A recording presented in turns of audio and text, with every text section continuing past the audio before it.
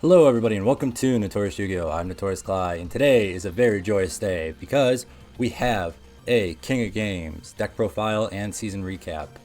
As many of you probably saw in my last video, I hit King of Games. Go me! We did it! We made it, everybody! And at the end of every King of Games season, I like to break down the deck that actually got me to the finish line and then talk about some of the changes I made along the way and the season as a whole. So we're going to do that here. Let's not waste any more time. Let's do a quick card by card where I'll give you like a brief introduction to the card, discuss any changes I made from the list you saw before the season, and then just talk about any changes I might be looking forward to making in the future. I'm not going to go too far into the specifics of every single card. A lot of these are known quantities by now, but if you do have any questions about any card or specific interaction in the deck, please hit me up. Let me know down in the comments. I'm more than happy to answer your question. You can also hit me up on Discord. I'm usually pretty active there. That's probably the best place to get a hold of me, is either YouTube comments or Discord. I have a Twitter, but I barely ever check it, and Reddit messages tend to get lost a little bit for Reddit reasons. So yeah, so if you have any questions, please always feel free to answer me. Always feel free to ask me, and I'll answer them to the best of my knowledge and as quickly as I can. I may not always be right away because I constantly get stuck chasing my tail trying to do a million things at once, but I promise I will try to get back to you in a reasonable amount of time. With all that being said, let's do a quick card by card and keep it moving. So first up is 3 copies of Wandering King Wildwind. This card was designed specifically for resonators. It's a no-brainer why it's included in our list. You can read the card text and it should be pretty obvious. The one thing about Wildwind that isn't obvious when you read the card text is that it's a very good send-off of skill from your deck or from your hand. Most of the time you'll be sending it from your hand, but if you open something like a Crimson Resonator and that's your fiend type monster you want to send via skill, Wildwind is a great send from deck because you can use its second effect on the next turn, the follow-up turn, to get you another resource, another Resonator, another fiend type tuner with 1500 or less attack, and that can help you rebuild your board if it happened to get broken, or further establish your board and keep pushing for lethal damage. Next up is 3 copies of Red Sprinter. This one is also a no-brainer because it's the card that they designed the Roaring Soul skill around. They made a skill to maximize Red Sprinter and turn it into an incredibly valuable combo piece. I'm playing 3 copies because most of the time Red Sprinter is an incredible follow-up option because your opponent breaks your board, they clear all your monsters, and 1 Red Sprinter gets the ball rolling all over again because it can recycle the Resonators from your graveyard. It's not always a good 1-card follow-up when you're doing the thing that I'm doing in this list, which is running the level 1 Resonators to make any one fiend full combo.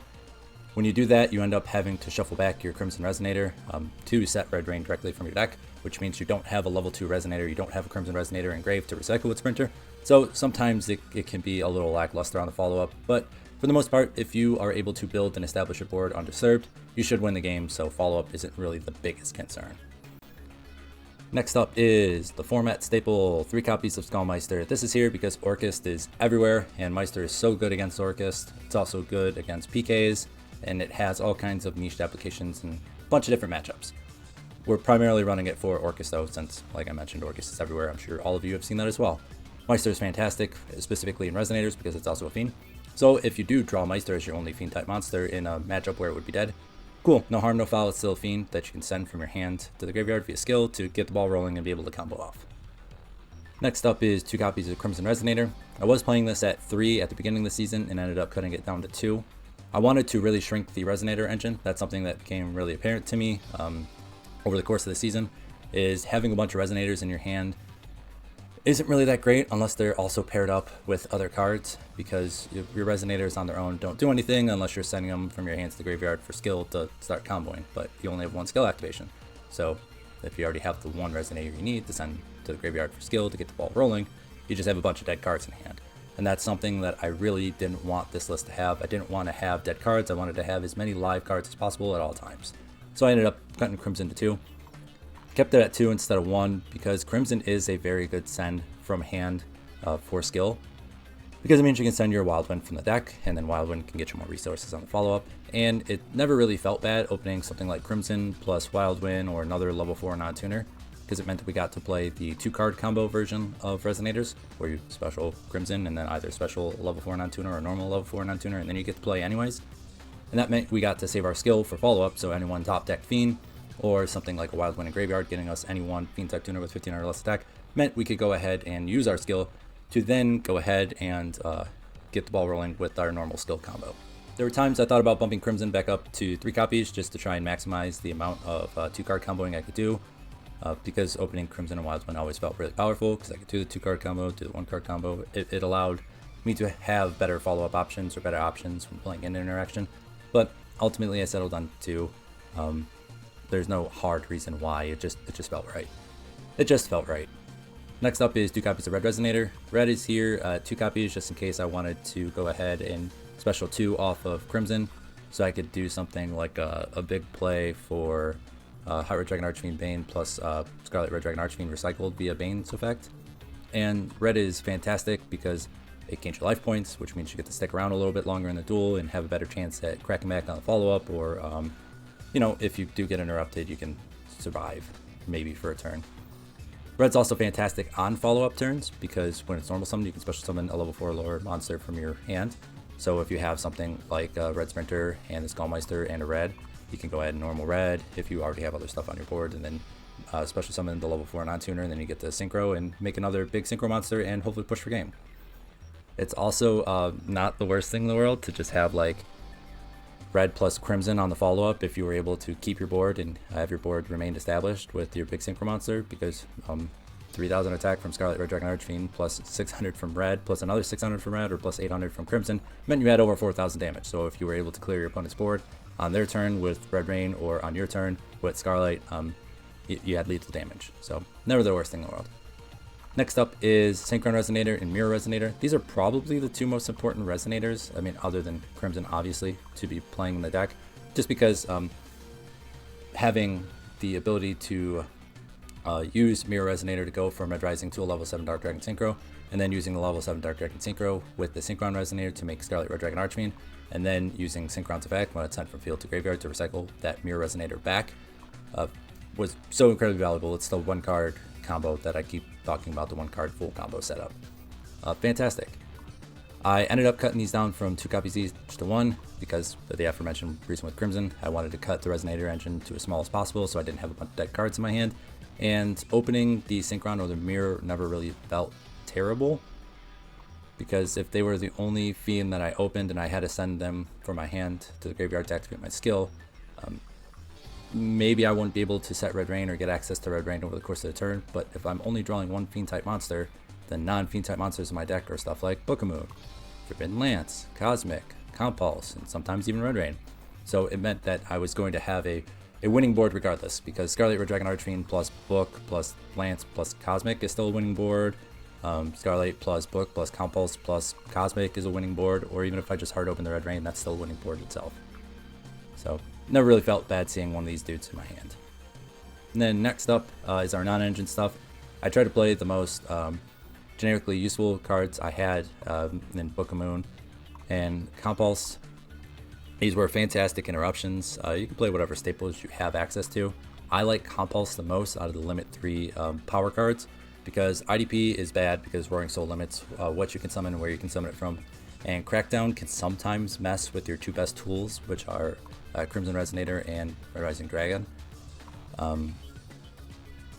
Because you need to only control 1 Dark Dragon Synchro type monster on the field to use Crimson's effect to grab stuff from deck. And you don't really have any good ways to remove your opponent's monster if they're not like a level 4 or a level 6. So it's just going to keep sitting there on your board with Crackdown, and eventually your opponent's going to find back row removal, use it on the Crackdown, and get their monster back anyways. So Compulse just kind of removes the threat altogether. Great offensive and defensive tool.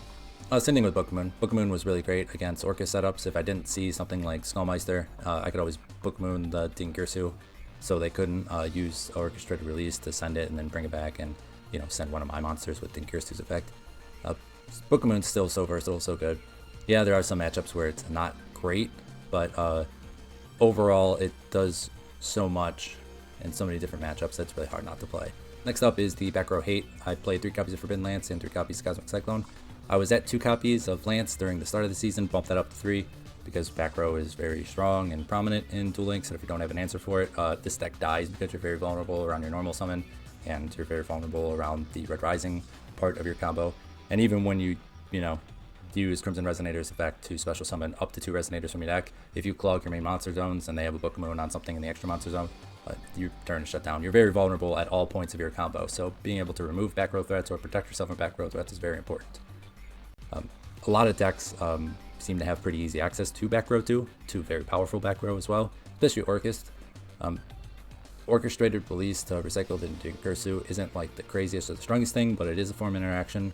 But orchestrated return is what really allows them to find their back row, because they're just drawing 2 cards. They get Pot of Greed plus sending an Orcust name to graveyard most of the time. So yeah, incredibly powerful. Needed to have answers for back row. I don't think I need to labor that point much more often. Cosmic should be played over MSD because stuff like Red Rain is in the format, Babel is kind of in the format, and there's just all kinds of spells and traps with graveyard effects that you just want to be able to remove with no issues. And then we have 2 copies of Comp Pulse, already touched on it, and then 2 copies of Red Rain. Ended up bumping this up from 1 copy because I like going first and hard opening Red Rain, because it means your opponent finally doesn't know where you set the Red Rain, so they can't snipe it with the Cosmic or the MSD that you know that they're going to open. So yeah, big pain point is my opponent being able to snipe sometimes my only interaction and sometimes my only win condition. So I liked opening it. It felt really bad when I opened it going second, but playing a 28 card list and having 2 Red Rain means I didn't see it that often when going second. Not enough to make me want to drop it back down. You're probably fine playing 1, but 2 is fun for me, so I'm gonna go ahead and play 2. Let's move on to the extra deck really quick. This should be pretty simple. 2 copies of Scarlet. You need it for your combo because it's Red Dragon Archfiend while it's on the field, which means you don't have to play the OG RDA to be able to use your skill, and Scarlet's just fantastic. Being able to clear monsters and burn your opponent comes up so many times. In theory, one of these copies could probably be Buster Dragon, but gems are tight, finances are tight. I don't really want to go dig for Buster Dragon just for niche case scenarios, and it's a floodgate. Those aren't really fun to play, so if I have to choose between saving my gems for new fun or interesting deck or going to dig for a floodgate, I'm going to save them for the new fun or interesting deck. Next up is 2 copies of Red Rising Dragon. I'm only playing 2 because if I have to make the 3rd one, something has gone horribly wrong and I probably wasn't winning anyways. The foundational principle of the way I built my deck was win with your first turn combo, or win on your first turn to play, by maximizing the amount of effective non-engine you would draw, plus having enough fiends in the deck to always guarantee yourself the ability to combo and play. So, yep, you could play 3rd if you really wanted to, but I personally don't think you need to, especially in a list like this where you're minimizing the resonators and you're trying to maximize the non-engine. If you want to play like a big resonator engine, you could probably play 3 because your odds of being able to follow up are much higher, but I still think 2 is fine there. Next up is Tyrant Red Dragon Archfiend, probably the MVP of this run. Other than Skullmeister. Tyrant being able to just board wipe everything is so good. You all saw it in the King of Game run video, Chasing King of Game. Just being able to put Tyrant on the board puts so much pressure on your opponent because they have to use everything now or lose it. So good. Love Tyrant. Plus, you can OTK with Tyrant pretty easily. I'm sure all of you saw that in the video too. If not, go watch the video. And then next up is Hot Red Dragon Archfiend Bane. Just a good big dude to climb out of from one of your level 8 Dark Dragon Synchros. And the fact that it can recycle Red Dragon Archfiend monsters is so good. You can actually recycle Bane with itself if you have another valid target in the graveyard. That almost never comes up, but it could come up against something like what's the name of it? It's a Jack Atlas card. Why am I forgetting the name? Fiendish Chain? Why am I forgetting the name of Fiendish Chain? That is pretty silly. I am off my aim game today. Yep, Fiendish Chain. Since Bane will attribute itself for cost, that means its effect is going to resolve because it's no longer face up on the field, so its effects won't be negated. It never comes up, but you know, mostly you're just using it to recycle back the Scarlet Red Dragon Archfiend that you climbed into Bane out of, and then you have 6,500 damage plus Scarlet Red Dragon Archfiend to destroy monsters and burn your opponent. So getting these 2 on field pretty much means it's an OTK. Next up is Dark-End Dragon. Now that I'm thinking about it, this should probably be the Buster Dragon spot because I didn't make Dark-End Dragon an entire at all. I didn't make it once this entire King of Games run. That kind of makes me sad because I love Dark-End Dragon. Sending to the graveyard is such a good form of removal. I love Dark-End Dragon. All of you should probably know that by now. It's my adopted Red Dragon Archfiend son. Didn't make it once. Probably consider playing something else in the spot of Dark-End Dragon. Maybe something like an Over Dragon since I'm playing the 2 reds, and if I open Red Rain, I get to set Red Rain plus make Red Nova. That seems pretty good. But this could also be like the third Red Rising or the Buster Dragon slot though. Probably the only one true flex spot in the extra deck. And then next up is level 7 Dark Dragon Synchro. Could be Ancient Pixie Dragon, but I have Exploder Dragon Wing and I don't have Pixie, so I'm playing Exploder. Doesn't really come up because you're only ever making it off of a non-tuner Dragon type monster in Red Rising Dragon. So good, so versatile, lets you turn any one Fiend type monster in your hand into Scarlet Red Dragon Archfiend plus Red Rain set on the field via the combo I kind of touched on. I broke down that combo in the before season video, so if you're curious on it, just go check it out. Go check that out, or again, comment down below and I'll just copy paste the text from a document I have saved so you can just have it right there and see it and refer back to it whenever you want to with these. That's it for the deck profile. Let's talk about the season as a whole, maybe Duel Links as a whole, and just recap the whole journey, the whole adventure. This season was dominated by Orchist, which is one of the reasons why Meister was the MVP. And Orchist, for as good and consistent and as powerful as it can be, is very beatable. They're very vulnerable around their normal summon. They're also very vulnerable to removal around the Link to Nightmare in the Mermaid version of the deck. They feel very beatable, which is kind of cool that we have a very good deck, probably the best deck, that also feels very vulnerable, very beatable. Some of that may be due to the fact that I'm also playing a deck that is in metagame contention, but you know, it is what it is. Meister puts in work against Orchist. I believe I had a winning record against Orchist. I never really felt like I didn't stand a chance. The only time where Orchist felt oppressive is when I didn't open Meister and they got to go full combo, and they ended up setting 3 back row. 1 off of Galatea, and then 2 that they happened to open or draw into off of something like an Orchestrated Return that they opened. That's the only time it ever felt unfair, and that's more due to the fact that they set Ice Dragon's Prison instead of passing with just, you know, Dinkier Supeless release.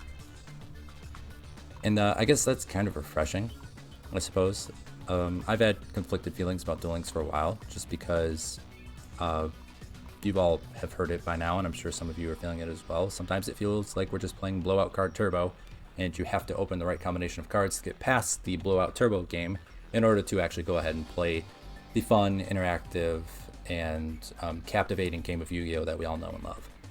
And some of that Blowout card game is enabled by skill, much like Roaring Soul. I'm not blissfully unaware of the fact that I am playing Blowout card Turbo enabled by a overtuned skill that allows my deck to remain competitive. I'm very well of that fact. But part of the conflicted feelings I have is Duel Links is still incredibly fun. It might be because I'm playing one of the decks that's playing Blowout card Turbo with an overtuned skill, but still feels fun. Still feels like the greatest game in the entire world. I'm very concerned about the future of the game, because like what happens when my favorite deck or everyone else's favorite deck rotates out of the format because this, you know, overtuned skill gets brought back down into balance and they introduce new archetypes, new decks with overtuned skills. Never feels great to be on the outside looking in. And I'm nervous that that's just going to be the norm for Duel Links. Maybe it's been the norm for Duel Links for a while and I've just been immune to it because I only ever play Resonators. I've played it for like the last 15, 16, or 17 King of Games runs. Maybe I've just been insulated from it because I haven't been playing the Blowout card Turbo game for a while. I don't know. I don't know if it's fair because all of the top decks are doing it. Even if it is fair and even if it is fine, I still don't know if that makes for the most enjoyable game, but that might just be my personal preference. I don't know. I've just got conflicted feelings on it. I really love the game, really love the format. I love everything about Duel Links. I adore it. I love the limited card pool. I love the smaller deck size. I love the fact that skills can take decks that can be a little clunky or hard to get to work. I love it that it can take those decks and make them functional, make them playable, and even sometimes make them incredibly good, like Resonators. This is normally a deck that probably wouldn't work or function in this format because of its inconsistency, but getting strong consistency tools like Demon's Resonance, like Roaring Soul, really allows the deck to shine and be playable and be fun and enjoyable. So I love all those things, but I don't know. I'm just worried about where we're going to go in the future. Feels like we're following the TCG's footsteps, where we're just going to keep accelerating the game, keep making it faster, and keep having it demand more and more and more powerful answers immediately, otherwise you just don't get to play and you get to lose. And I don't know, that's not really the style of game I like to play. So that's enough ranting about dueling. All of you have probably heard that a million times by now, probably 500,000 times from myself. If ever you want to skip any of my rants, I try to include like chapters or timestamps down in the comments. So if you're like, oh, this rant again, you can just skip forward. So if you ever get tired of hearing me, just please don't cancel the video. Please keep the analytics good. Please keep watching the video and just skip past the part you don't want to listen to. What else can I say about the King of Games run? We did it in 72 wins, which is pretty good considering we did it around the earlier parts of the season. I'm never one to gatekeep early season King of Games runs versus late season King of Games runs. To me, you've heard it a million times, crown is a crown. Don't let anybody ever take anything away from you. You don't have to impress everybody else, especially the arbitrary gatekeepers. The only person you have to be impressed with is yourself. And I'm feeling pretty impressed. It was a good run. Good run. I feel like I had a good concept and a good idea of what I wanted to do coming into the season, and I feel like I did a really good job of tuning that and refining it over the course of the season. And the results showed in a pretty good King of Games run, a good win-loss spread against the most powerful decks, except for Hero. And yeah, I got there pretty early and pretty low win count, all things considered. Anything early season before 100 wins is usually pretty good for me. And I think my win rate was about 65%. I missed counting some of the wins and losses. That'll happen when you're having a few beverages on patio, sitting in the southern heat on vacation. But it was about mid 60s. To call it 65% plus or minus 2.5%. I feel like that's probably a pretty accurate number. So anywhere like 62 to 67%, which is good. I won more than I lost, and I had fun doing it, which is, at the end of the day, all I can really ask for. And I think that's why I, despite all my concerns, I still enjoy dueling, still love it, and still consider this season really fun and success, because I won more than I lost, and I had fun while doing it. And I suppose at the end of the day, that's all I really want. Matchup thread, I touched on a little bit. That's probably the last thing I want to talk about, and then we'll get on out of here. August had a winning record. I can probably give you the winning record if you really want it, but just I won like about my total win percentage of the time, like mid 60% of the time, which felt good because I built my deck to beat Orcust, so I'm glad it could beat Orcust. And then won a lot against like TM, won a lot against Sulfur-Chords, won a lot against what else was out there this meta? PK, pretty much won all my matchups against them. The two prominent matchups that gave me a little bit of trouble were DDD. I went 500 against DDD. It just felt like I never opened the right combinations cards to go at them, to play against them. And then Heroes, oddly enough. It seemed like every time I played Heroes, they would open the back row removal for my Red Rain. I wouldn't open a ton of non-engine, and then they would just normal Neos, Super Poly, and it was just GG's from there. I think I actually ended up having a losing record against Hero, which is alright, I suppose. Every deck has a bad matchup. Maybe it's just me it's a bad matchup for. Maybe it's just my brain doesn't work correctly to play against Heroes, but overall, I'd say it was a good run. I won more than I lost and had fun while doing it. And I'm going to keep saying that because I think that's all most of us really want at the end of the day, and I know that's what I want. And with all that being said, I think it's time to get out of here before I get any more ranty and rambly. Thank you all for watching. Thank you all for joining me this season. And I'm excited to go play some more fun builds of Resonators and other decks and really make that content for the channel. So hopefully I see you all there. Please, I hate asking this because it feels cheesy, gimmicky. You hear it a million times from every YouTuber, but please like, comment, and subscribe. It helps the channel so much. It helps my videos get exposure. I don't know if I've shared this with everybody, but my goal for the channel is to be monetized by the end of the year. I am on track for that. The only thing I'm nervous about is subscribers. My subscriber count is like borderline right where it needs to be to get me to be monetized below the end of the year. So if we could, help me out, get this video out there to more of the algorithm, more of the public, that would be great. Like, commenting, subscribing is the best way you can do that, and I greatly appreciate it. Greatly appreciate it. Content creation is something I want to make a big part of my life, and I can't do that without all of your help. So thank you if you already have subscribed. Thank you all for liking and commenting. I try to always reply to the comments. Sometimes it takes me a day or two to figure out something interesting or captivating to say other than thank you, big smiley face. So yeah, I will always try to get back to you guys. All right, that's it. Thanks for watching, everybody. See you in the next one. Be safe, have fun.